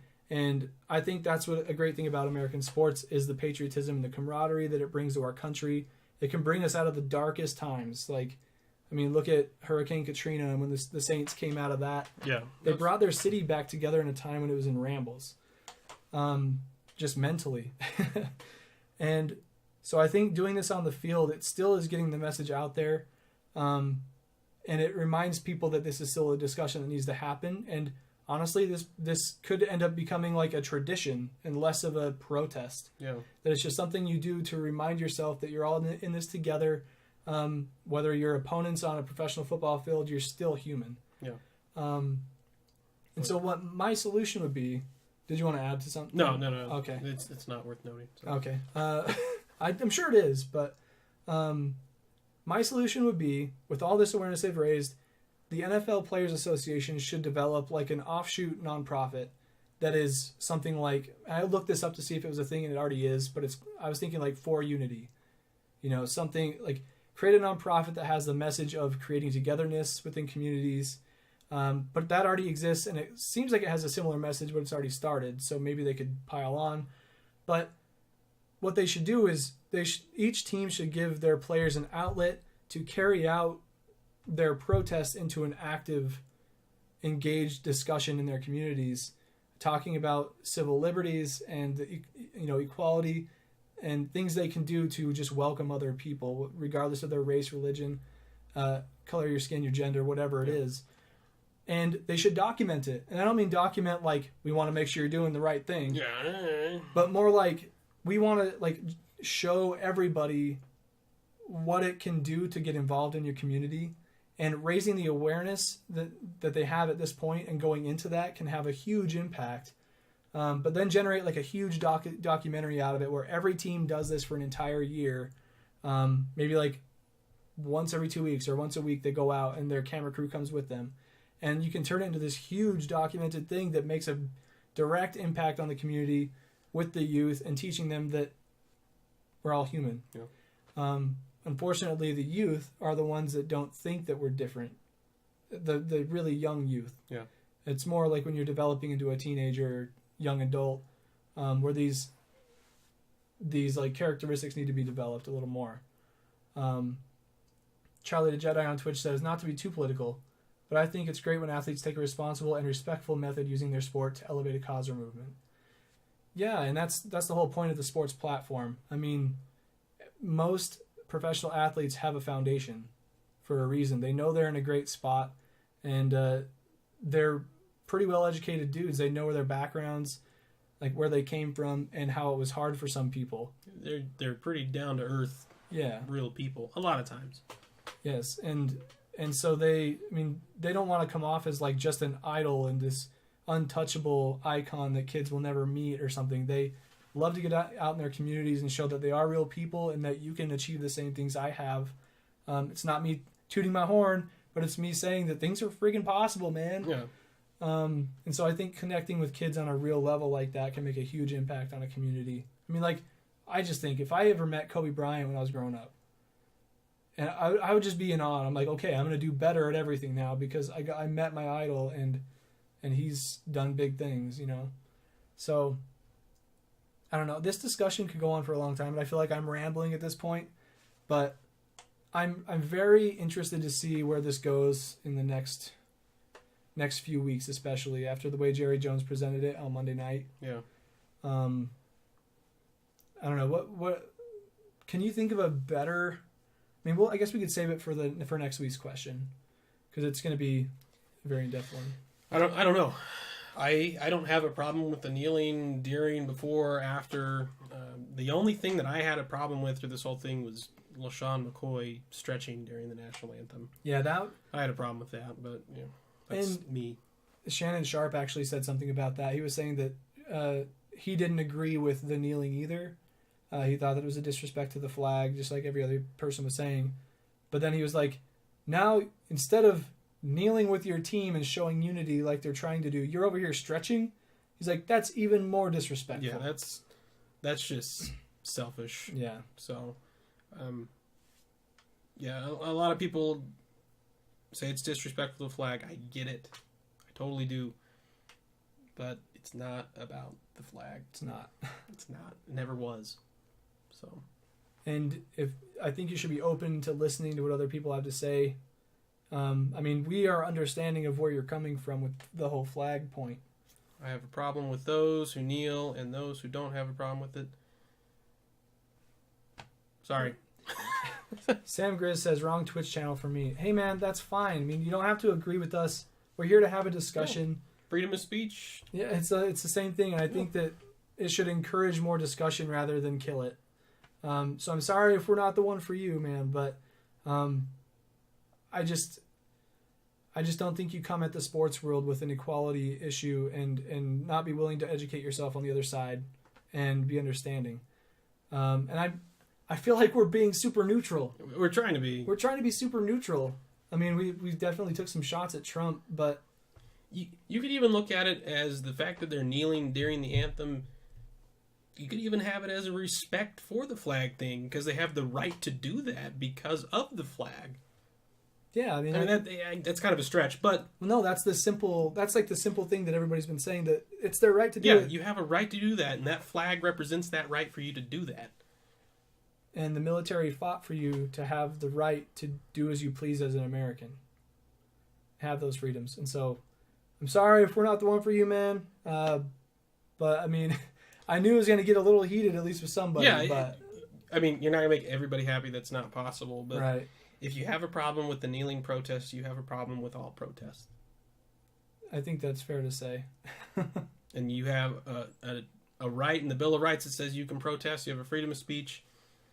And if you want to take that away from somebody, they're going to take it away from you. And I guarantee you don't want a right taken away. Facts.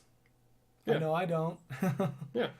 Anything you want to protest, somebody wants to take that away from you, you're going to have a problem with it. Like, we could be living in a country that doesn't allow you to have internet on a day-to-day basis. We wouldn't be able to do this. Yeah. And we wouldn't be able to have an educated discussion about something that's very much a problem in our country. Whether we see it directly in our community or not, it's affecting me because the sports world is something I grew up in. And there's actually one other point I want to make after I mention Charlie here. Charlie says, compare the kneeling to what happened not far from me in Charlottesville. Seriously. Like, it's like two ends of the spectrum. And when is it like... But anyways, one point I did want to make to really try to connect equality back to sports. I mean, sports have been a front runner for inclusion and equality and I don't know what the other word is. There's another word there. Acceptance, openness, all these things. They've been on the cutting edge of social welcomeness. There's another word there. I can't remember what it is, but inclusion and acceptance and equality. And if you think about a sport or a game, I mean, people say it's a game, and these guys are making a big woo-ha about my national anthem. It's just a game. Why are they even making a big deal out of this, Well, think of it this way. Okay, we as Americans all have the same rights, the same right to pursue happiness and freedom of speech and all those things. Look at like football or basketball or baseball as a level playing field. It's equal for everybody on the field. It's just a matter of you going out there and trying to do your best to beat the other person and get the win. Yeah. And it's kind of relating it back to, having the freedom to start your own business and try to become a millionaire. The American dream. Yeah.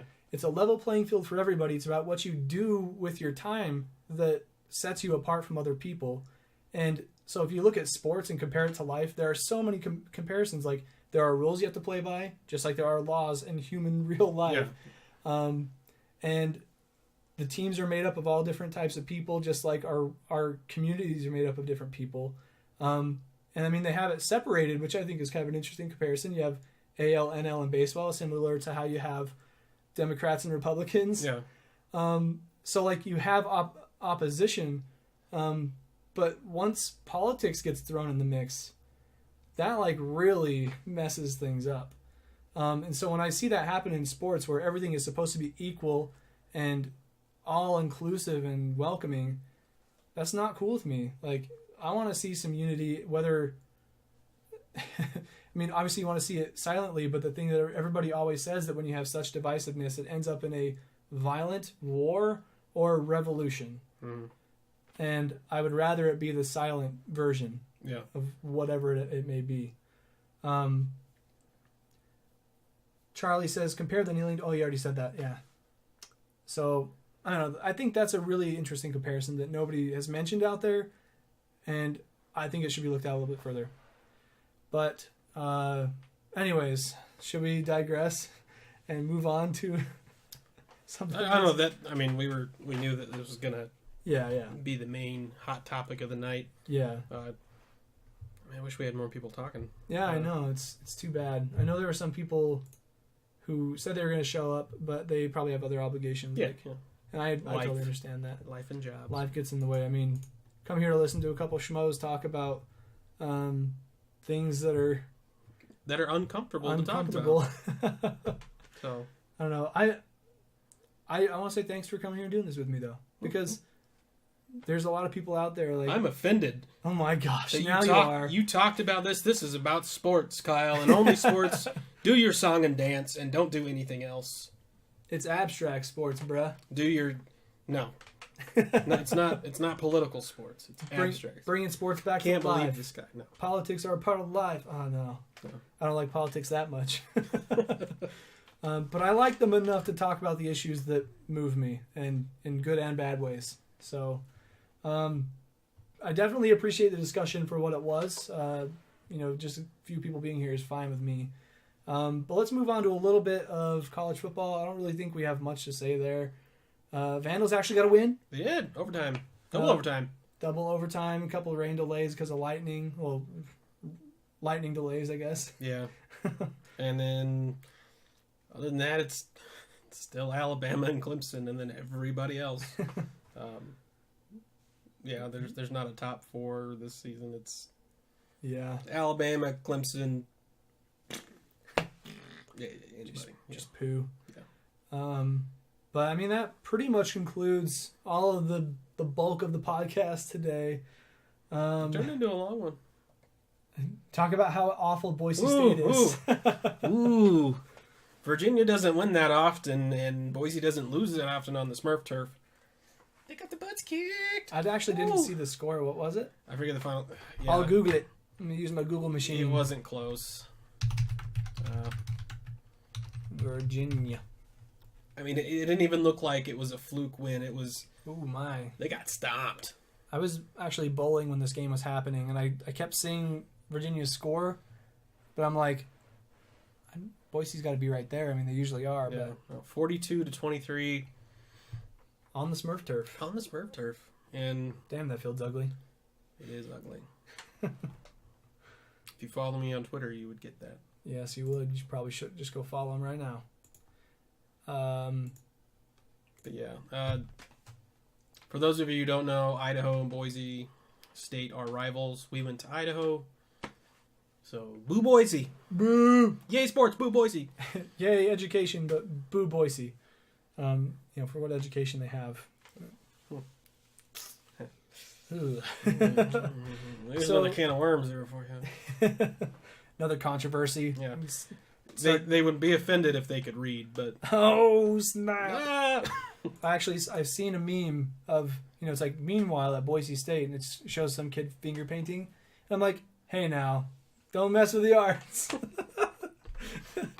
Hey now, Boise eats the paint. Yeah, so. They should have a different thing for it then, dang it. Man. Talk about dividing people. Man, that got hate. Yeah, we went right down the Trump hole with hate there. Just hate Boise State. Boo. Can't believe they play on a blue field. It's so un-American. Football fields are green, goddammit. That's the color of grass. Don't mess with the grass. It's not... Did they think they were being funny? It's bluegrass, get it? The maintenance teams in the U.S. who keep the fields green are deeply offended by your blue field. You're giving them a bad name. You should tell all those blue field sons of bitches they're fired. Oh my gosh. That joke aside, that's kind of what it is. Those who are offended by the kneeling, they think it's about the flag. Yeah. Just to sum it up for you, my joke is not far from the argument. Hey, there's a lot of truth in humor. Yeah. There's a ton of truth in humor, and that was a good example of it. Man, we'll have to play that back sometime.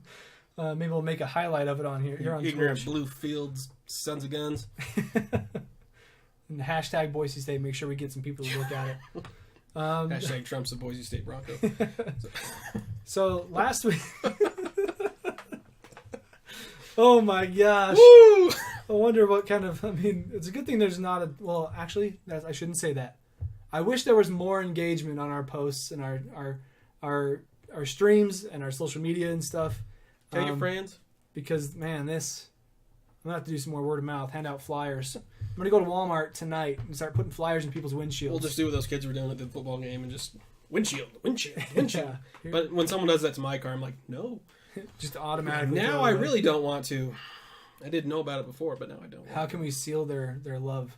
Get some candy, tape it to the paper. Oh, we got to do something fun. We got to get like a drone or something that gets their attention and you drop it.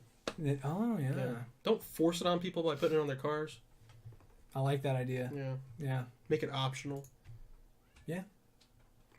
Cats are trying to get in. That means it's time to almost go. Yeah. You ask me if I want a sticker, and I say yeah, and then I'll look at it. You put that sticker on my car, I'm mad at you. I mean, generally, if you go up to somebody and you're like, "Hey, can I talk to you about this project I'm working on?" They'll be like, "Sure, yeah, you go get her," and then you tell them your idea, and if you think it's cool and you're excited about it, I bet you they think it's cool too, and maybe they'll look at it. Maybe we should. I'll do that. I'm gonna go out on the streets this weekend and be like, "Hey, can I tell you about my project?" While you guys are sleeping in Kansas City, I'm gonna be on the streets handing out flyers. Next summer, we're gonna have a farmer market booth. There you go. For all the little do a live ladies show. getting their veggies. Do a live show. We're live at the farmer's market. Yeah, very sports related. For the pumpkin growing contest. Yes. Yes. Funny thing about pumpkins is that people call basketball pumpkin. There's our connection. See? Something everywhere. All related. So, anyways, that brings us to the question of the week from last week. We asked you, do you think high school sports are important? Why or why not? And the last podcast, we did talk quite a bit about that. And part of the title of the podcast was the importance of high school sports. And so we wanted to ask you and get your opinion. And we had good old Clayboy. Not Clayboy. It's always Clay. Your boy Clay Your boy on Clay. YouTube. Let me pull that up real quickly. Real quick, like. By the way, since we've been doing the live Twitch streams and posting people videos on YouTube, we've been getting more and more views. So that's why are my notifications not showing up? There it is. Let's see, where's his answer? Dang, Clay. He listens to it and he just comments as he hears it. He goes.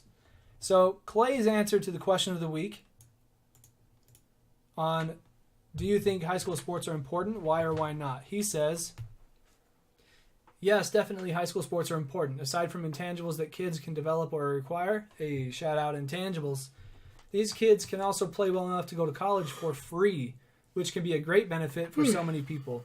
Also, sports also give kids and parents alike lessons learned about general life skills such as time management, communication, etc. Hashtag play all day, yo. I like that answer. He mentions the intangibles. He talks about things that you can relate back to life, much like abstract sports does. So, very nice. Yes, I'll give my answer. I think high school sports are very important. It makes kids focus on more than one goal. It gives them a chance to pursue a passion that is unrelated to the monotony of going to school every day.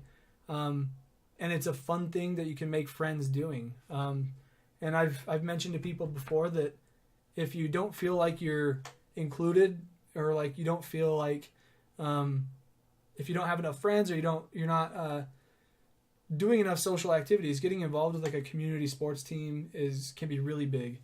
Like I've joined softball teams, I've done city basketball leagues, I've done bowling leagues. I'm in one right now, and you get to meet a lot of really cool people, especially at an older age.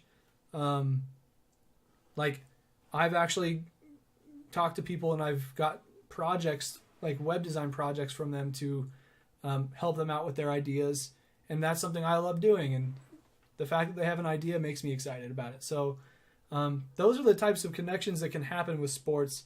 In high school, it's more about making friends and learning how to socialize with other people that you may not have known before.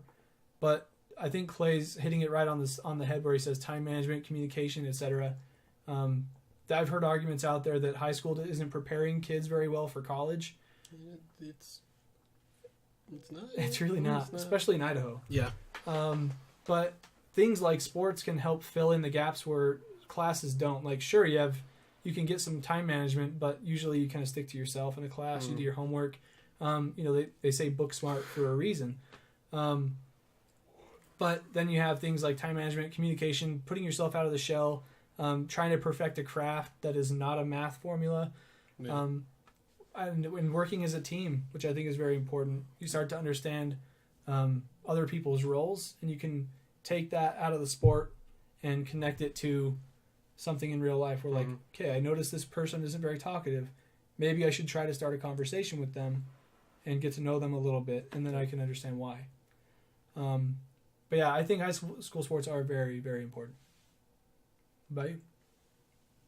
Yeah. Yeah. I give long answers to everything. Yeah, same reason. Life skills. High school doesn't prepare you for really anything. Except if I have 4 apples and give Kyle 2, how many do I have? I have a friend. That's what I have. Aww. That was an unexpected. Wait, were you coming on to me just now? No. If I have 4 apples and give you 2, what do I have? A friend. No. Why can't we be friends? No, high school is easy for me. I know that's not the same for everybody. It's different strokes, different folks. My first year of college, holy bleep. Well, that's another thing we need. We need a bleep button. Yeah. I was not prepared. Failed a class, first time ever, got C's, and I had to reinvent myself as a student. Didn't know how to manage my time properly, at least as well as I thought I could. High school doesn't do it. And anything that can help you fill in what the classroom doesn't is beneficial. Sports being one of those. And everybody needs a group of friends to hang out with. And why not your football team or your basketball team, your baseball team? Mm-hmm. And you're not going to go along with everybody on the team, but I bet you get along with at least 2 of them. Yeah, I bet you. So, and I think another thing that I can relate to high school sports is that you do certain activities that help you get to know them even better. So it's not even sports related. It's more just about the people. Yeah.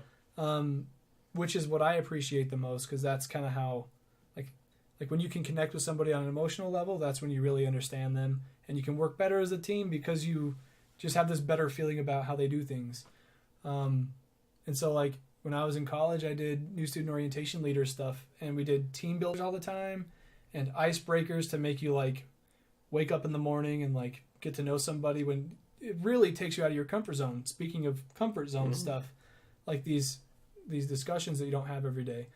And I think that's extremely beneficial. And to give an example of that, even recently I watched a video of Blake Griffin, who instead of like in the off season, just before training camp and media day stuff started, he's like, we have a lot of fresh faces, and I thought it'd be really cool to do something different. Instead of like going to the training facility and going to the gym and everybody's starting to get warmed up for training camp, he's like, why not go to a different area in the country with just the team? No coaches, no trainers or anything like that. Well, I'll just go get our workouts in at this high school in this other city, like San Diego, instead of LA. And so it gave them the chance to get to know each other on a very personal level without the coaches around. They can just kind of talk how they talk, be themselves, and it forms a better connection when they come back to training camp, because there's probably a bunch of inside jokes, and everybody knows inside jokes make you feel connected to somebody more than anything. And so, those types of things can go a long way. Obviously, the longer you hang out with somebody, the more you'll get to know them. And if you do that in preparation for what's to come in the season ahead in basketball, I think that's a good move. So, how you like your eggs? End on that note. Just sign out. Inside jokes. Delete your account. So that was the question of the week. The question for next week is very much along the lines of what our discussion was today, with the silent protesting and Donald Trump's remarks on that and what he thinks, and how it just polarized everybody on the issue.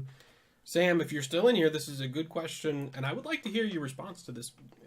Yeah, honestly, I really would. Yeah, I would, and I was hoping, if you're not here, I was hoping you would stick around to hear this, because I think when something like a protest happens, there's a lot of the notion of all talk, no action, backing your words up with some action, something along those lines. And so I'm curious to hear what everybody would do as a solution. A proactive solution to make the silent protest not as polarizing, or like, I'm trying to think of a good way to word this right now. Like, what would be your solution to Your help alternative. your alternative, Yeah. or your way of trying to understand somebody in this situation, or what do you think that the players need to do? Yeah. I mean, if that's the issue, if it's the players protesting the national anthem, with all the noise that they've made, what would you like to see them do next? I'm curious. Instead of, and I hate putting limits on people. I don't want. I'm sure Kyle doesn't want this either. An answer of, well, they should just stand. That's not proactive. Yeah, that's just like you. You saying you can't protest. That's what you're saying. Yeah, and that's you being not very open-minded. Yeah. I make these questions as open-ended as I can so that it can try to spark a discussion, and it has been very successful in the past. So I'm curious to hear what your proactive solution would be for the silent protests, beyond just standing up. Yeah. I mean, my suggestion I had earlier was getting involved with their communities and documenting it and having it be about the idea of inclusion, and maybe even teaching like sensitivity training to high schools, because there are some kids out there that have mouths on them. They don't realize the repercussions of the things they're saying to people. Trump. Yeah, and gotta educate from the youth up. Yeah. He's a lost cause. So. Yeah. So, and maybe I'll come up with a different solution, or I'll add on to that one later. Maybe I'll come up with a logo, pitch it to NFLPA, and see what they say. Job A ? Ayo. So yeah, let me know what your answer is to that. You can, if you can't be here for the live show, you can tweet it at us at Abstract Sports. You can comment it on this episode's post on Instagram when it goes up tomorrow. You can get at us on Facebook. You see our Twitter account right here. Oh, the microphone's in the way. There it is. Yeah, over there somewhere. Or you can tweet it at one of us individually. I mean, are you okay with that? Yeah. You can get at us at me. Get at me. At me this time. Yeah. Not about the Boise State thing though, huh? Sure, I'll bring it on. I'll hate on Boise State all week. Just all week. All my life. All my life. Go for it. So yeah, I mean, you can also do what Clay does. He goes back and listens to the question again on YouTube, posts a comment there. Yeah, we do look at comments. And I reply to all of his stuff because, like, I mean, I don't get to talk to that guy all that often. Yeah. I mean, we have group chats going like crazy. Ooh, but if I can talk about some sports-related things there, why not? So join the discussion on YouTube comments. But beyond that, be sure to follow, like, subscribe. All the good things. All them things. If you want to include a post of yours into our collection of things that we like to think as an abstract sports topic, include the hashtag BSB2L. That stands for Bringing Sports Back to Life. But yeah, my shirt's kind of blocking. Well, that's okay. There we go. I kind of expected. Mine's like redundant with this side. I'm gonna match it up. So today's discussion was interesting. I feel like it was a bit one-sided. Maybe we weren't as neutral as we could have been. At least I know I wasn't. But and I knew it was going to be very hard because it's one of those dichotomy things where it's like, I mean, we're separated at this point. Yeah. Well, I think you did an okay job. It wasn't like we're like, you're ignorant swine. Yeah. Yeah. It could have been a lot more. Yeah. They're just like, maybe there's more to it than you think. Yeah. So suggesting. Yeah. So. But I do appreciate Sam Grizzle and Charlie the Jedi getting involved in the chat. I appreciate you guys coming through. Hope you tune in next week. We go live every Wednesday at 7 p.m. Mountain Time, 9 p.m. Eastern Time. This episode went for over almost 2 hours again. We're getting lengthy. Yeah, we are. We might need to bring it back a little bit. Have a little clock going. I should have had a little more bullet points on the discussion because I feel like I could have kept it a little more intact. But preparation is everything, boys and girls. True. Hashtag development. But anyways, thanks again for tuning in. We appreciate it. Be sure to like our Facebook page. Follow us on Twitter. Follow us on Snapchat, on Instagram. Get at us on Twitch, on YouTube. We're everywhere. SoundCloud, iTunes. We got content all over the World Wide Web. That's another thing that announcer would say at the game. The World Wide Web. Get on the World Wide Web. Idaho Sports. Just don't say it. Say it, but not every 2 damn minutes, man. I think we do a better job than him. We would. We should go into calling games for high school. What do you think? Dude, that'd be dope. Can we make some extra cash? Yeah, I do it for free. I would do that for free too. Get me in the game. Give me a bottle of water. Dude, maybe we'll do a live commentating thing on Twitch. I actually emailed them about that, and they said, all I can say is refer to our terms of service. And I'm like, I don't want to read that whole thing. Nobody reads that. You should reply, nobody reads that. Please, more information. But anyways, be sure to tune in next week, next Wednesday, 9 p.m. Eastern Time. Until then, we're signing out. Thanks for watching episode 26 of the Abstract Sports Podcast. We'll see you next Wednesday. Peace.